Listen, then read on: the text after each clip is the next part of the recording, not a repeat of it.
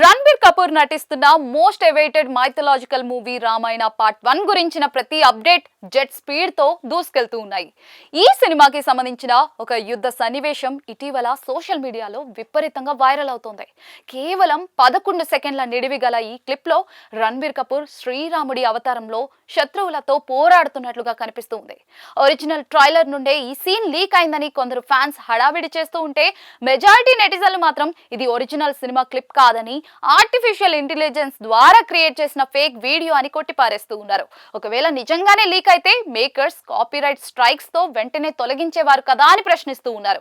ఈ లీక్ వివాదం నడుస్తూ ఉండగానే ఇటీవల రామాయణ షూటింగ్ సెట్స్ ను సందర్శించిన ప్రముఖ కంటెంట్ క్రియేటర్ అయిన ధ్రువ్ పర్షిత్ చేసిన కామెంట్స్ అయితే ఈ సినిమా గ్రాఫిక్స్, విఎఫ్ఎక్స్, ప్రమోషనల్ స్ట్రాటజీపై సరికొత్త చర్చకు దారితీశాయి. దర్శకుడు నితీష్ తివారీ, నిర్మాత నమిత్ మల్హోత్రా, రణబీర్ కపూర్, యష్ లను కలవడానికి వెళ్లిన ధ్రువ్ సినిమా విజువల్ ఎఫెక్ట్స్ అద్భుతంగా ఉన్నాయని ప్రశంసించాడు. తాను చూసిన కొన్ని పూర్తి కాని సీన్స్ కూడా Hollywood visual wonder Avatar cinema range లో ఉన్నాయని, క్యారెక్టర్ డిజైన్స్, రామాయణ ప్రపంచం ప్రేక్షకులను మంత్రముగ్ధులను చేయటం ఖాయమని కొనియాడారు. అయితే ధ్రువ్ కమెంట్ ఒకటి నెట్టింట తీవ్ర దుమారం రేపింది.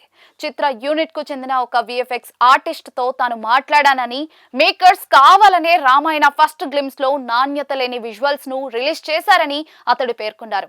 వారి వద్ద అంతకంటే మెరుగైన విజువల్స్ ఉన్నా కూడా ఇంటర్నెట్ లో వచ్చే విమర్శలు, నెగటివ్ డిస్కషన్స్ ద్వారా సినిమాకు ఉచిత పబ్లిసిటీ దక్కుతుందనే ఉద్దేశంతోనే అలా చేశారని ధ్రువ్ సంచలన వ్యాఖ్యలు చేశారు. సినిమా హైప్ కోసం మేకర్స్ ఇలాంటి మైండ్ గేమ్ ఆడుతున్నారా అంటూ కామెంట్ చేయగా అది కాస్త వైరల్ గా మారింది. ఈ వ్యాఖ్యలు తీవ్ర వివాదానికి దారితీయడంతో కంటెంట్ క్రియేటర్ ధ్రువ్ వెంటనే అలర్ట్ అయి తన పాత కమెంట్ ను డిలీట్ చేసి కొత్తగా క్లారిటీ ఇచ్చాడు. సవరించిన స్టేట్మెంట్ లో కావాలనే తక్కువ క్వాలిటీ వీడియో రిలీజ్ చేశారనే మాటను వెనక్కి తీసుకున్నాడు.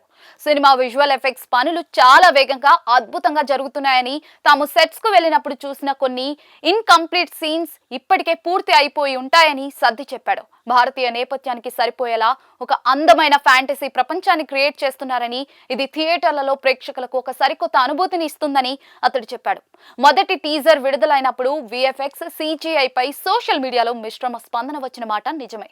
అయితే ఈ లోపాలు ఉన్న సీన్లను మేకర్స్ కావాలనే ప్రమోషన్స్ కోసం వదిలారా లేదా అనేది అధికారికంగా నిర్ధారణ కాలేదు. నితీష్ తివారీ దర్శకత్వంలో దాదాపుగా 4,000 కోట్ల భారీ బడ్జెట్ తో 2 భాగాలుగా తెరకెక్కుతున్న ఈ ప్రతిష్టాత్మక చిత్రంలో రణబీర్ కపూర్, సాయి పల్లవి, రాకింగ్ స్టార్ యష్, సన్నీ డియోల్ ప్రధాన పాత్రలు పోషిస్తూ ఉన్నారు. రామాయణ పార్ట్ 1 2026 దీపావళి కానుకగా ప్రపంచ వ్యాప్తంగా గ్రాండ్ గా విడుదల కాబోతోంది.